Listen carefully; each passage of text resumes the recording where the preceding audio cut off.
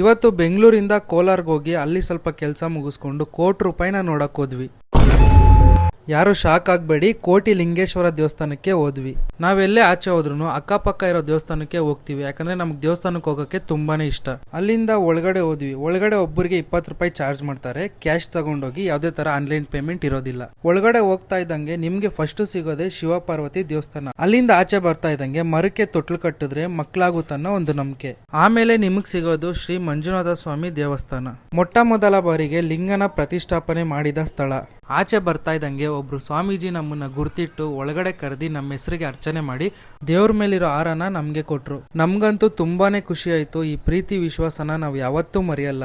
ಅಲ್ಲಿ ಎಲ್ಲಾ ದೇವ್ರನ್ನ ದರ್ಶನ ಮಾಡಿಸ್ಕೊಂಡು ಕೊನೆಯದಾಗಿ ನಿಮ್ಗೆ ಸಿಗೋದೆ ಬಸವಣ್ಣ ಮತ್ತೆ ಸುಮಾರು 100 ಅಡಿ ಇರೋ ಲಿಂಗ.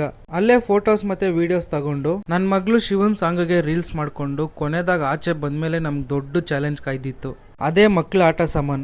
ಅಲ್ಲಿ ನಾನೊಂದು ಟ್ರಿಕ್ಸ್ ನ ಯೂಸ್ ಮಾಡಿದೆ. ನೀವು ಕೂಡ ಯೂಸ್ ಮಾಡಿ, 100% ವರ್ಕ್ ಆಗುತ್ತೆ. ನಿಮ್ಮ ಮಕ್ಳು ಏನಾದ್ರು ಆ ಆಟ ಸಾಮಾನ್ ಕೇಳಿದ್ರೆ ಅದು ನಮ್ದಲ್ಲ ಅಂಗಡಿಯವ್ರದ್ದು ಅಂತ ಒಂದ್ ಮಾತು ಹೇಳಿ, ಅವ್ರು ಅಲ್ಲೇ ಸುಮ್ನೆ ಆಗ್ತಾರೆ. ಇಲ್ಲ ನಿಮ್ಮ ಮಕ್ಳು ತುಂಬಾ ಆಟ ಮಾಡ್ತಾರಾ, ಬೇರೆ ಆಪ್ಷನ್ ಇಲ್ಲ, ಅವ್ರು ಯಾವ್ದು ಕೇಳ್ತಾರೋ ಅದನ್ನ ಕೊಡ್ಸ್ಬಿಡಿ. ಇಲ್ಲಿಗೆ ಈ ವ್ಲಾಗ್ ನ ಎಂಡ್ ಮಾಡ್ತೀನಿ. ನೀವು ಮಾಡ್ಬೇಕಾಗಿರೋದು ಒಂದೇ, ಫಾಲೋನ ನೀವು ಮಾಡಿ, ಎಂಟರ್ಟೈನ್ಮೆಂಟ್ ನ ನಾವು ಮಾಡ್ತೀವಿ.